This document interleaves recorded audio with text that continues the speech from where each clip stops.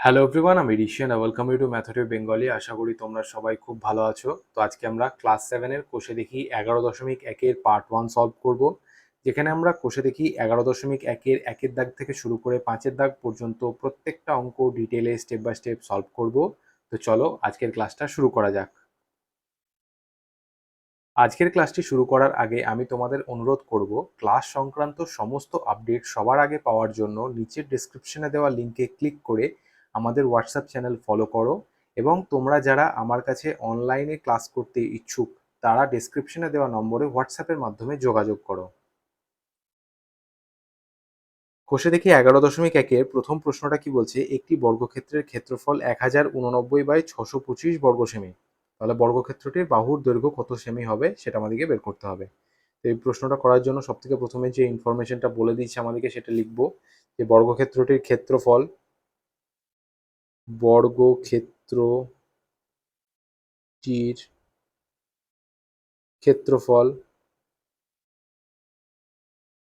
কত?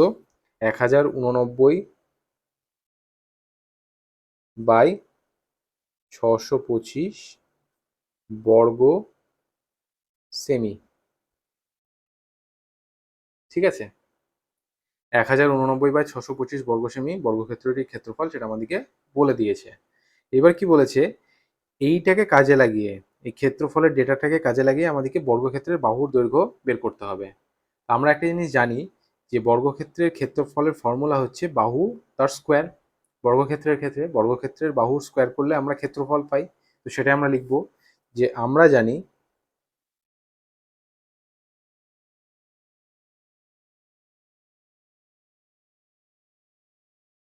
আমরা জানি বর্গক্ষেত্রের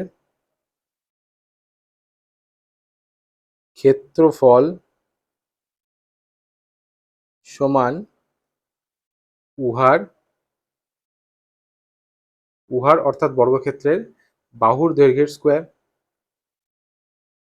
বাহুর দৈর্ঘ্য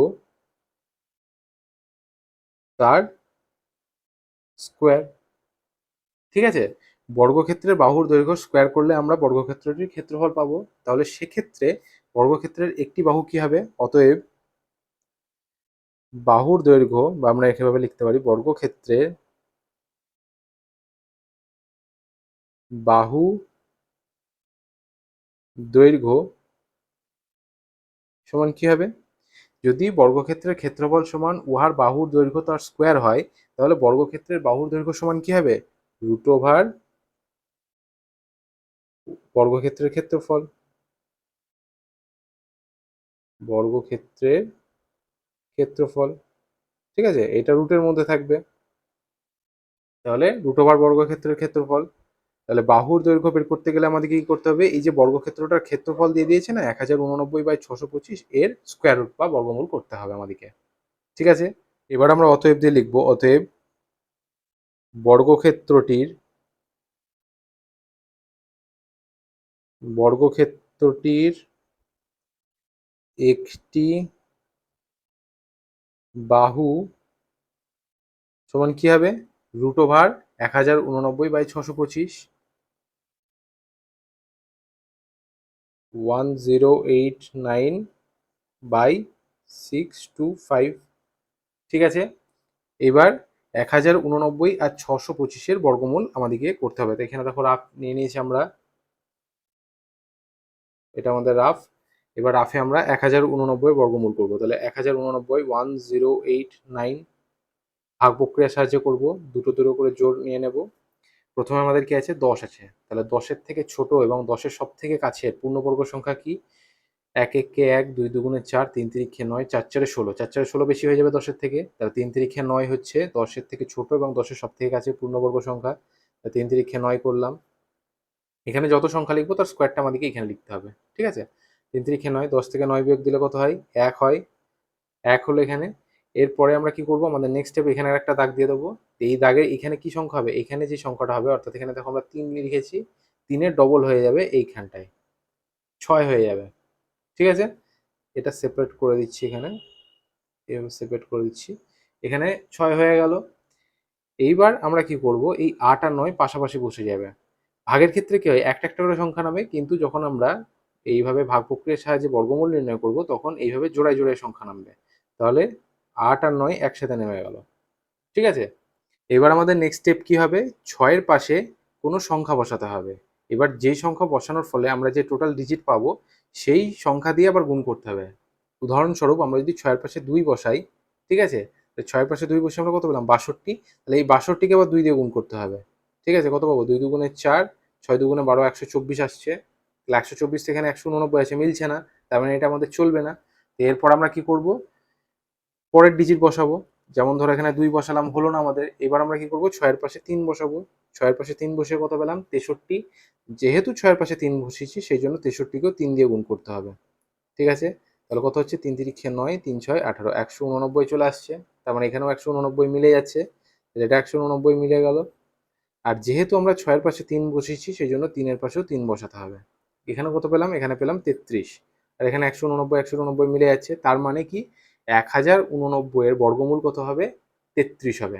ঠিক আছে, এবার সিমিলারলি আমরা 625-এর বর্গমূলটাও নির্ণয় করব। 625-এর ভাগ প্রক্রিয়ার সাহায্যে বর্গমূল করতে গেলে আমরা কিভাবে করব, সেম একই প্রসেস। 625, এখানে দেখো 25 একটা সেট হয়ে যাচ্ছে, আর এখানে 6টা আলাদা পড়ে থাকবে। তাহলে 6-এর থেকে ছোট, 6 সব থেকে কাছে পূর্ণবর্গ সংখ্যা কি, 1 1 1, 2 দুগুণে 4, 3 তিরিখে 9 বেশি হয়ে যাবে, তাহলে 2 দুগুণে 4। 6 থেকে 4 বিয়োগ করলে কত হয়, 2 হয়। এবার আমরা এখানে একটা দাগ দেবো, এখানে কোন সংখ্যা বসবে, 2 এর ডবল বসবে। 2 এর ডবল কত, 4। 4 তো দেখো এই 2 এর থেকে বেশি, তার মানে এখানে নামাতে হবে। 25 নেমে গেল একসাথে, 225 হলো। এবার আমরা কি করব, 4-এর পাশে সংখ্যা বসাবো। 4-এর পাশে সংখ্যা বসালে ধরো এখানে 3 বসালাম, যদি 43 হলো, 43কে 3 দিয়ে গুণ করতে হবে।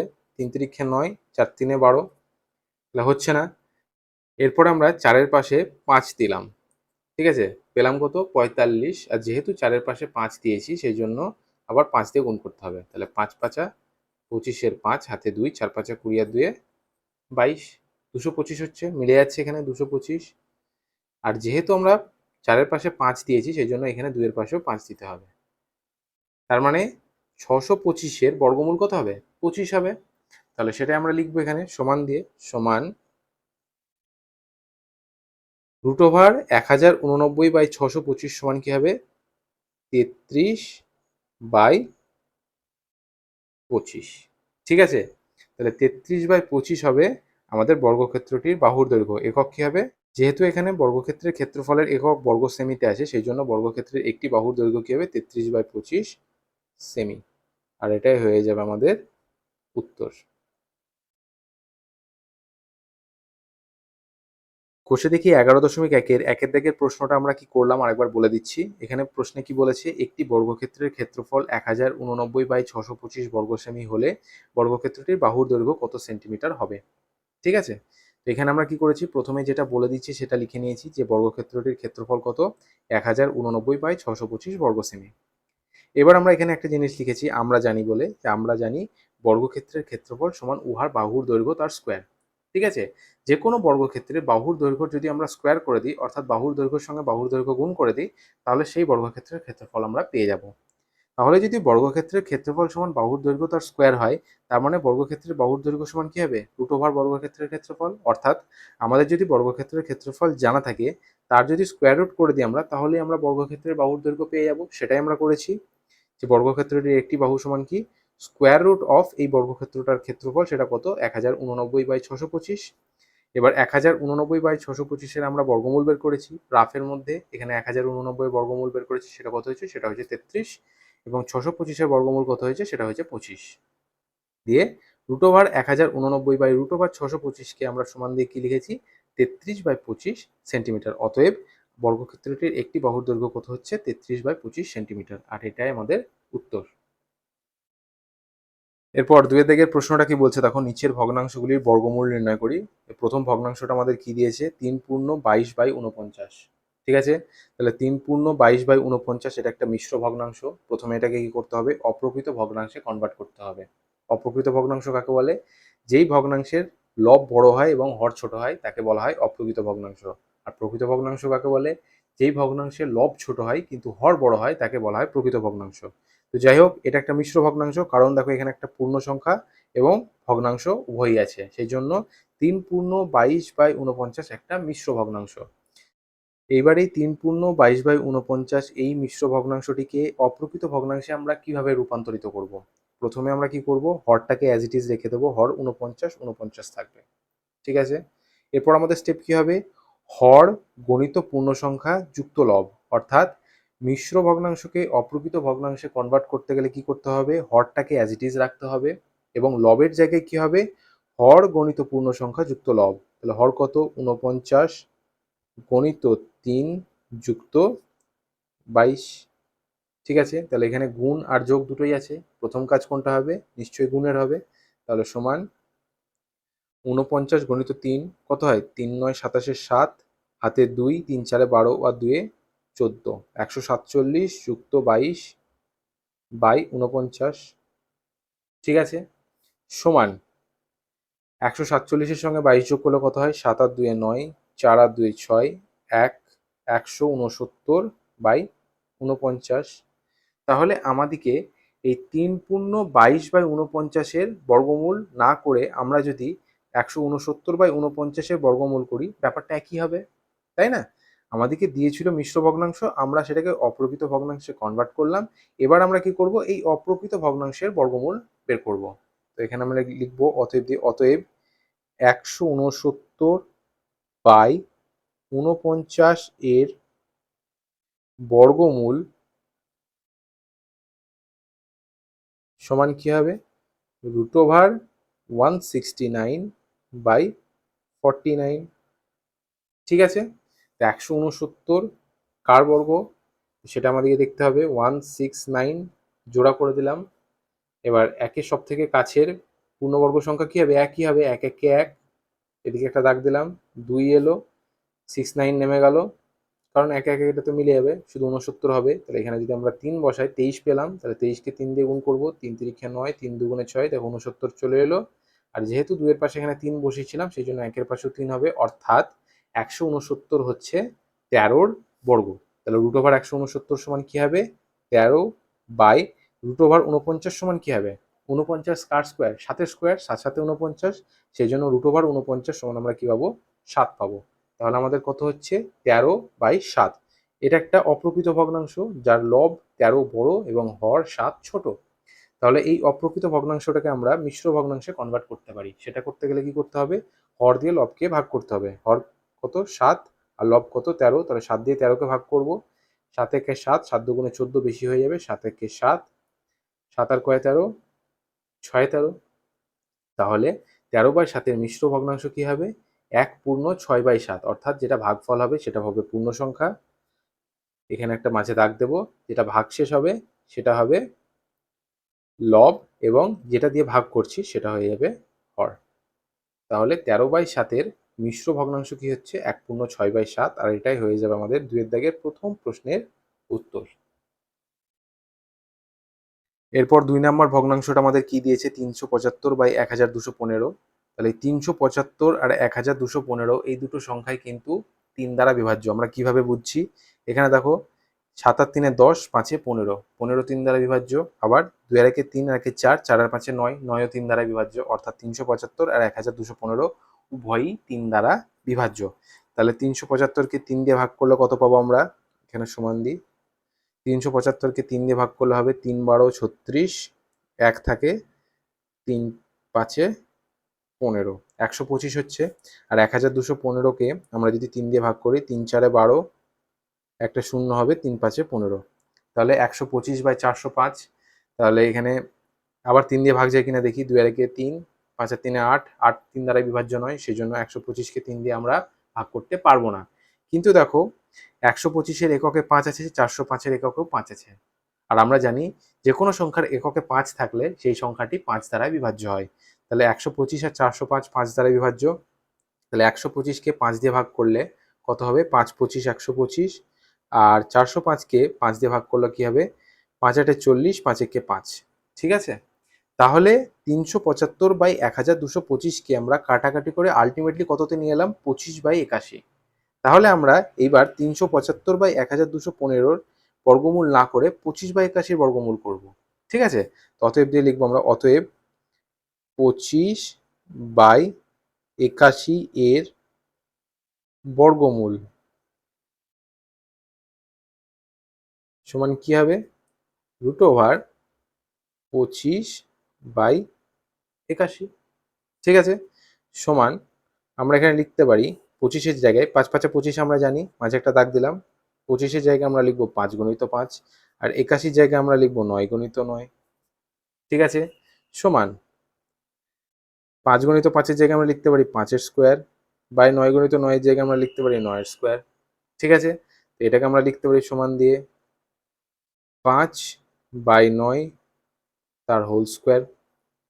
ঠিক আছে, তো 5/9-এর হোল স্কোয়ার, আবার বাইরে স্কোয়ার রুট, অর্থাৎ বাইরে বর্গমূল ভেতরে বর্গ। তাহলে এই বর্গটা আর এই বর্গমূলটা একে অপরকে এলিমিনেট করে দেবে, পরে কি থাকবে?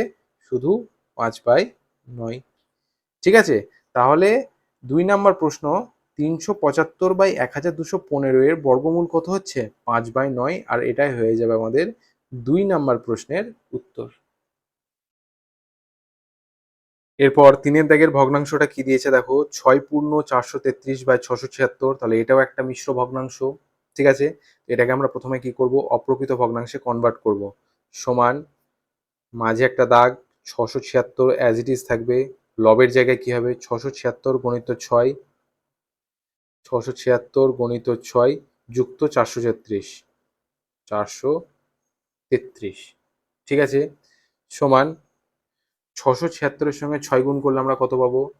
676, 6 গুণ করছি, 6 6 36-এর 6, হাতে 3, 6 7 42, আর 3 45-এর 5, হাতে 4, 6 6 36, আর 4-এ কত হচ্ছে? 40। ঠিক আছে, 4056 সমান 4056 প্লাস 433। ঠিক আছে, বাই 676 সমান, এবার আমরা 4056-এর সঙ্গে 433 যোগ করব। 6 3 9, 5 3 8, 4 4 4 4 8 9 সমান 4489/676। তাহলে আমরা 6/433/676 সমান কি পেলাম? 4489/676। তাহলে এবার আমরা এই 4489/676 এই অপ্রকৃত ভগ্নাংশের বর্গমূল বের করব। ঠিক আছে, তো অতএব দিয়ে লিখবো, অতএব 4489/676 এর বর্গমূল সমান কি হবে? √4489/676। ঠিক আছে, এখানে সমান দেব। এবার আমরা রাফের মধ্যে 4489 আর 676-এর বর্গমূল বের করব। তাহলে 4489, এবার আমরা কি করব? ডান দিকে একটা দাগ দিয়ে দেবো, 89 একটা জোড়, 44 একটা জোড়। তাহলে 44-এর সব থেকে কাছে এবং 44-এর থেকে ছোট পূর্ণবর্গ সংখ্যা কি? 6 6 36, 7 7 49 বেশি হয়ে যাবে, তাহলে 6 6 36। ঠিক আছে, 44 থেকে 36 বাদ দিলে কত হয়? 8 হচ্ছে এখানে, আর কিছু হবে না, 8 হচ্ছে। এর এইদিকে একটা দাগ দেবো, 6-এর ডবল এখানে বসবে 12। ঠিক আছে, এবার 8-এর পাশে 89টা বসে যাবে এইভাবে।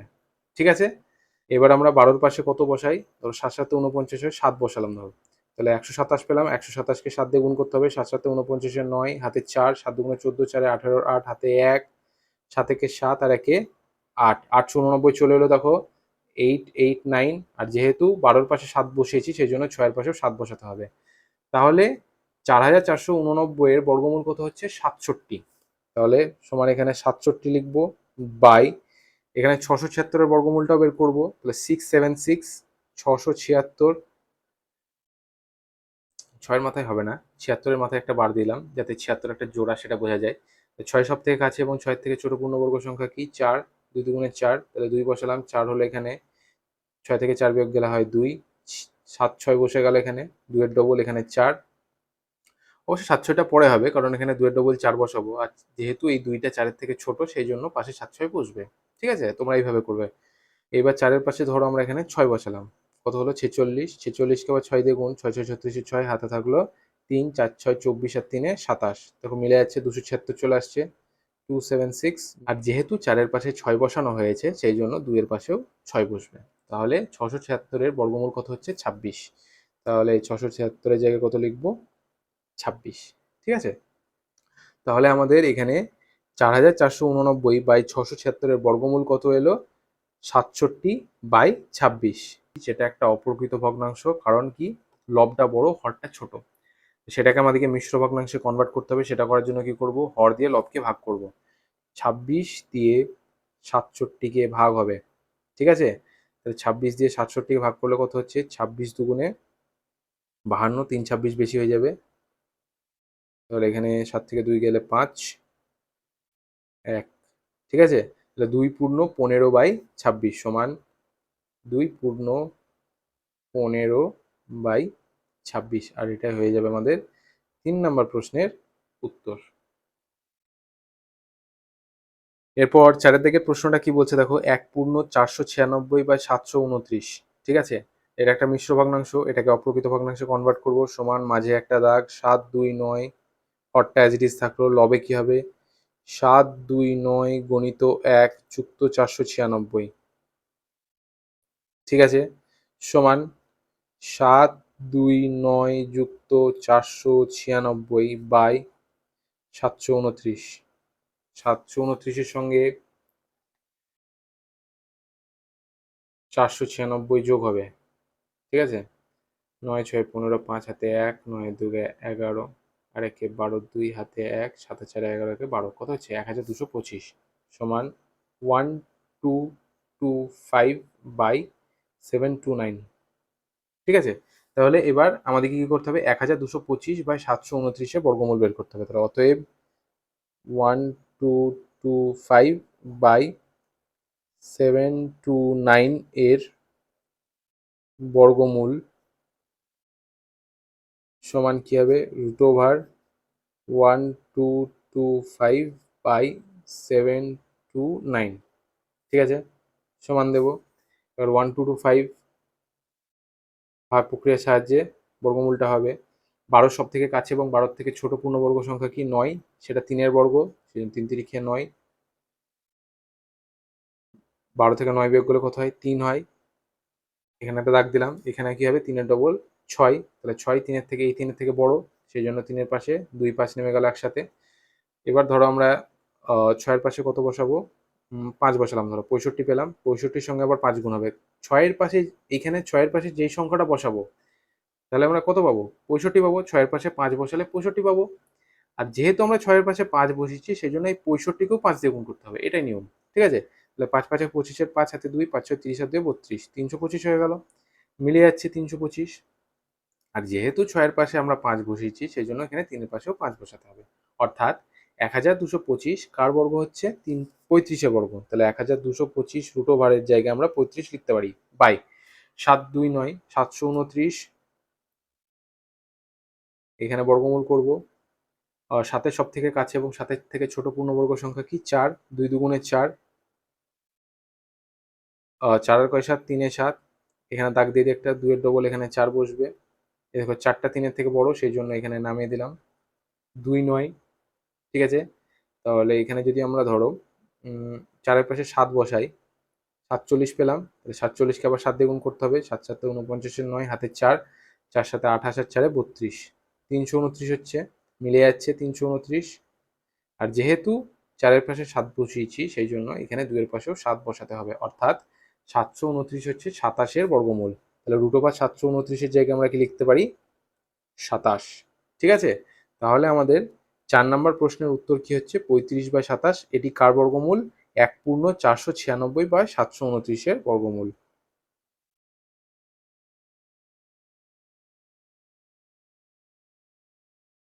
এরপর 5-এর দাগের ভগ্নাংশটা কি দিয়েছে দেখো 324/576, তাহলে 324/576-এর বর্গমূল বের করতে হবে, ততএব আমরা এখানে লিখবো 324/576 এর বর্গমূল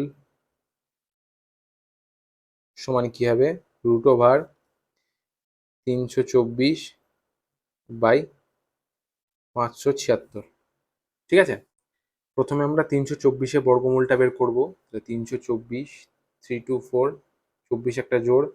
এবার 3-এর সব থেকে কাছে এবং 3-এর থেকে ছোট পূর্ণবর্গ সংখ্যা কি? 1। 1 একে 1, 3 থেকে 1 বিয়োগ গেলে কত হয়? 2 হয়। এখানে 1-এর ডবল 2। ঠিক আছে, তাহলে এখানে 2 বসালাম। এইবার 2-এর পাশে 24 নেমে গেল, হয়ে গেল কত? 224। ঠিক আছে, এইবার ধরো আমরা এখানে 8 বসাই 2-এর পাশে। তো 2-এর পাশে 8 বসে কত পেলাম? 28। তাহলে 28কে 8 দিয়ে গুণ করতে হবে। 8 8 64, 4 হাতে থাকলো 6, 8 2 16 আর 6 22। দেখো মিলে যাচ্ছে 224। আর যেহেতু 2-এর পাশে 8 বসিয়েছি সেই জন্য এখানে 1-এর পাশেও 8 বসাতে হবে, অর্থাৎ 324-এর বর্গমূল কত হবে? 18।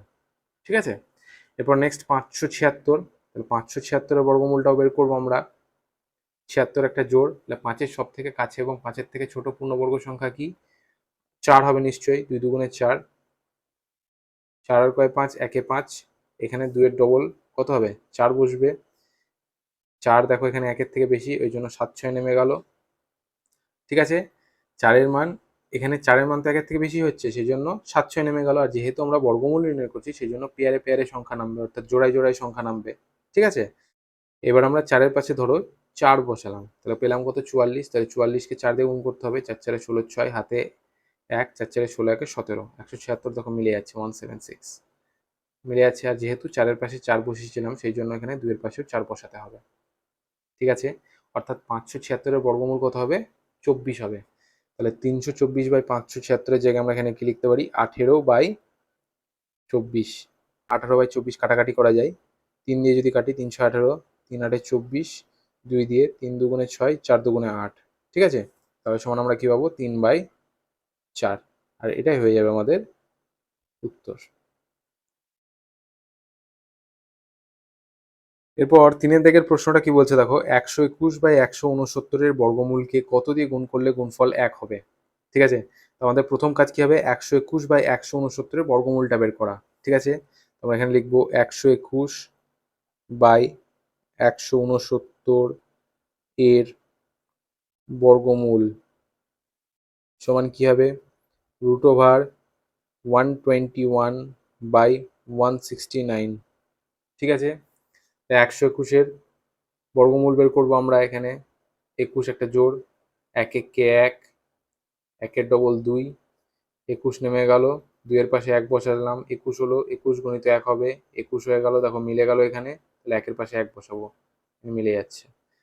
সমান 121-এর বর্গমূল কত হচ্ছে? 11। সিমিলারলি 169-এর বর্গমূলটা বের করবো 169। 1 1 1, এখানে 1-এর ডবল 2, 69 হয়ে গেল। এখানে 3 বসালাম, 2-এর পাশে 3 বসিয়ে 23 পেলাম। 23কে 3 দিয়ে গুণ করবো, 3 3 9, 3 2 6, 69 হয়ে গেল। আর যেহেতু 2-এর পাশে 3 বসিয়েছি সেই জন্য 1-এর পাশে 3 হবে। তাহলে 169-এর বর্গমূল কত হচ্ছে? 13। ঠিক আছে, তাহলে 121/169-এর বর্গমূল কত হচ্ছে? 11/13। এবার আমাদের প্রশ্ন হচ্ছে যে 11/13-কে কত দিয়ে গুণ করলে গুণফল 1 হবে? ঠিক আছে, তো তোমাদেরকে যদি জিজ্ঞেস করা হয় যে 5-এর সঙ্গে কত গুণ করলে গুণফল 10 হবে, তখন আমরা কি করি? 10-কে 5 দিয়ে ভাগ করি। তো সিমিলারলি 11/13-কে কত দিয়ে গুণ করলে গুণফল 1 হবে এটা বের করতে গেলে আমাদেরকে কি করতে হবে? 1-কে 11/13 দিয়ে ভাগ করতে হবে। ঠিক আছে, তো আমরা এখানে লিখবো অতএব নির্ণেয়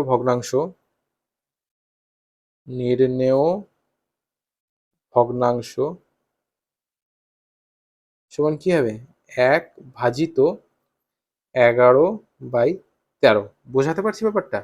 ধরো যদি জিজ্ঞেস করা হয় যে 5-এর সঙ্গে কত গুণ করলে গুণফল 10 হবে, তখন সেটা বের করতে গেলে আমরা কি করি? 10-কে 5 দিয়ে ভাগ করি।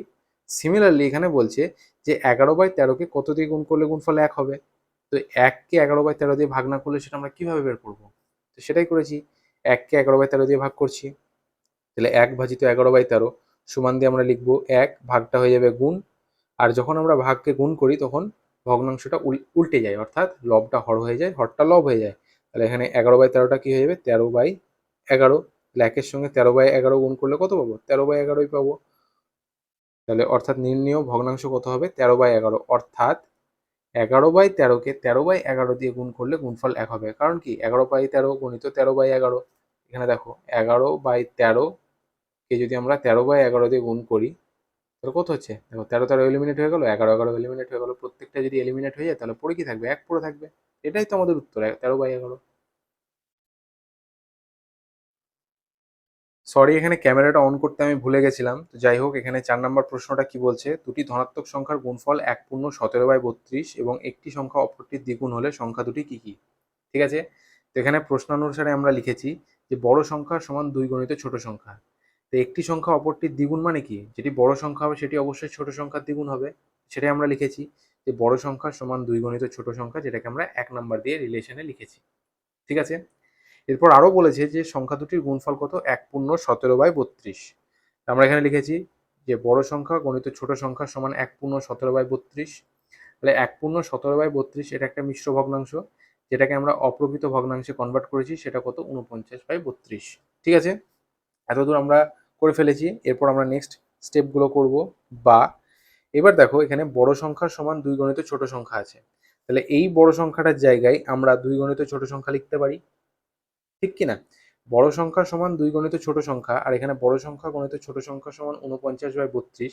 তাহলে এই বড় সংখ্যাটার জায়গায় আমরা 2 গণিত ছোট সংখ্যা লিখতে পারি, কারণ কি বড় সংখ্যার সমানই তো 2 গণিত ছোট সংখ্যা। তো এই বড় সংখ্যার জায়গায় আমরা সেটাই লিখব। বা 2 গণিত ছোট সংখ্যা গণিত ছোট সংখ্যা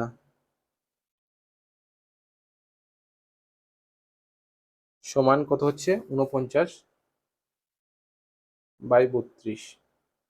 ঠিক আছে, বা 2 গণিত ছোট সংখ্যা গণিত ছোট সংখ্যা সমান যদি 49/32 হয়, তাহলে ছোট সংখ্যা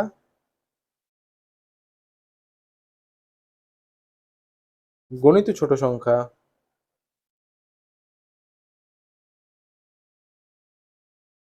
সমান কি হবে?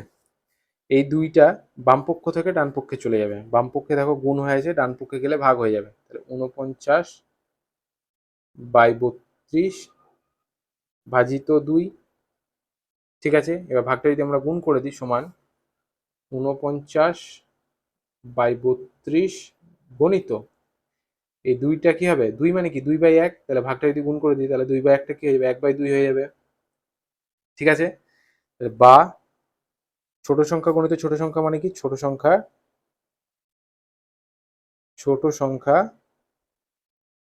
তার স্কোয়ার সমান কি হবে?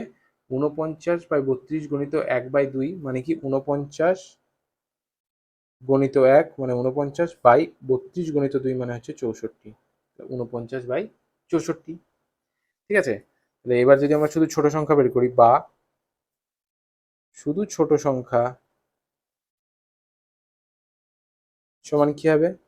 √, 49/64। ঠিক আছে, সমান √, 49-এর জায়গায় আমরা কি লিখতে পারি? 7 7 49, তার মানে 7-এর স্কোয়ার বাই 64 সমান কি? 8 8 64, 8-এর স্কোয়ার। তাহলে 7-এর স্কোয়ার বাই 8-এর স্কোয়ার √এর মধ্যে, তাহলে √7/8 হোল স্কোয়ার সমান শুধু 7/8। ঠিক আছে, তাহলে ছোট সংখ্যা আমরা কত? 7/8 পেয়ে গেলাম। তাহলে অতএব ছোট সংখ্যা সমান কত? 7/8। এবং বড় সংখ্যা কত হবে তাহলে? বড় সংখ্যা সমান কি হবে? দেখো, বড় সংখ্যা বলে দিয়েছে ছোট সংখ্যার দ্বিগুণ। ছোট সংখ্যা যেটা হবে তার সঙ্গে 2 গুণ করলে আমরা বড় সংখ্যা পেয়ে যাবো। অতএব বড় সংখ্যা সমান কি হবে? 7/8 গণিত 2, 4 দুগুণে 8 সমান 7/4। আর এটাই হয়ে যাবে আমাদের উত্তর। ঠিক আছে, এরপর 5-এর দাগের প্রশ্নটা কি বলছে দেখো, কোন ভগ্নাংশকে সেই ভগ্নাংশ দিয়ে গুণ করলে গুণফল 6 × 145/256 হবে? ঠিক আছে, তো সেটা আমরা জানি না যে ভগ্নাংশটা কি। আমরা এখানে ধরে নিই নির্ণেয় ভগ্নাংশ। যে প্রশ্নানুসারে আমরা এইভাবে লিখবো, প্রশ্নানুসারে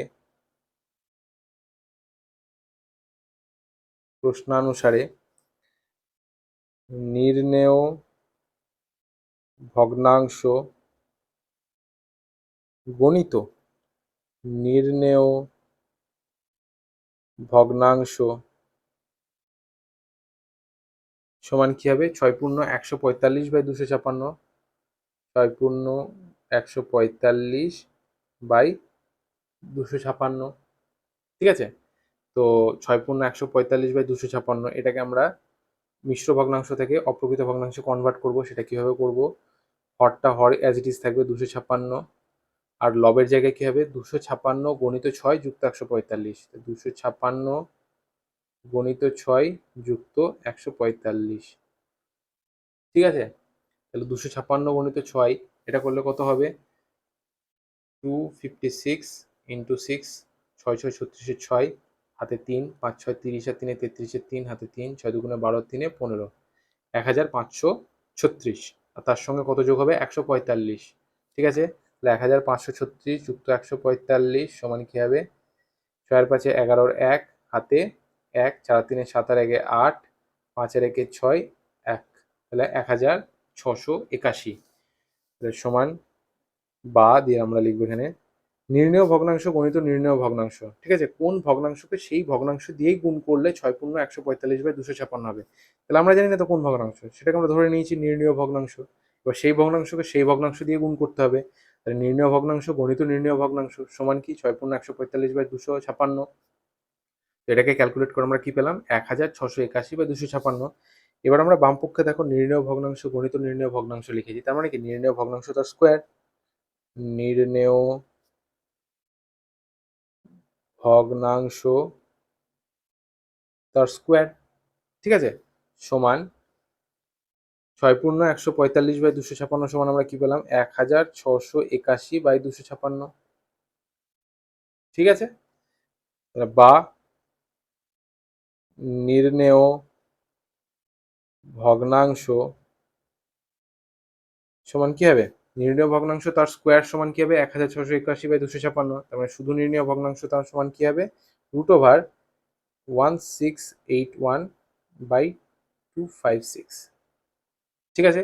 তাহলে 1681, ডান দিকে একটা দাগ দিলাম, এর বর্গমূল করব, 81 একটা জোড় 16 একটা জোড়। এবার 16 সব থেকে কাছে পূর্ণবর্গ সংখ্যা কি 16 নিজেই, তাহলে 4 4 16, 16 হয়ে গেল, এখানে তো কিছুই থাকবে না। 4-এর ডবল এখানে 8 বসালাম, এখানে 81 নেমে গেল, 8-এর পাশে 1 বসালাম, 81 হলো, তার সঙ্গে 1 গুণ হবে, তাহলে 81 × 1 মানে 81 মিলে যাচ্ছে এখানে 81। আর যেহেতু 8-এর পাশে 1 বসিয়েছি সেই জন্য 4-এর পাশে 1 হবে, হয়ে গেল কত 41। তাহলে 1681 এর বর্গমূল কত 41, আর 256 এর বর্গমূল কত হয় 16 আমরা জানি, তাও দেখে দিচ্ছি প্রসেসটা। 256, 56 একটা জোড়, 2-এর সব থেকে কাছে এবং 2-এর থেকে ছোট পূর্ণবর্গ সংখ্যা 1, 1 1 কে 1, এখানে 1 এ ডবল 2, 2 থেকে 1 বিয়োগ দিলে কত হয় 1 হয়। আর যেহেতু 2 1-এর থেকে বেশি সেই জন্য 56 নেমে গেল 156, ঠিক আছে। এবার আমরা কি করব 6 বসালাম, 26 হলো, 26 × 6, 6 6 36, 6 হাতে 3, 6 2 12 3, 15 156 মিলে যাচ্ছে, ঠিক আছে।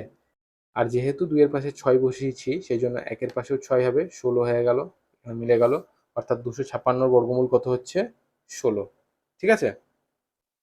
সুতরাং আমাদের নির্ণেয় ভগ্নাংশ কত হলো 41/16, আর এটাই হয়ে যাবে আমাদের উত্তর। ক্লাস 7-এর কোষে দেখি 11.1-এর পার্ট 1 এখানেই শেষ হলো, যেখানে আমরা কোষে দেখি 11.1-এর 1-এর দাগ থেকে শুরু করে 5-এর দাগ পর্যন্ত প্রত্যেকটা অঙ্ক ডিটেলে স্টেপ বাই স্টেপ সলভ করলাম। যদি তোমাদের ক্লাসটা ভালো লেগেছে প্লিজ লাইক করো, নিজের ক্লাসমেটসদের সঙ্গে শেয়ার করো, আর অবশ্যই সাবস্ক্রাইব করো। Thank you.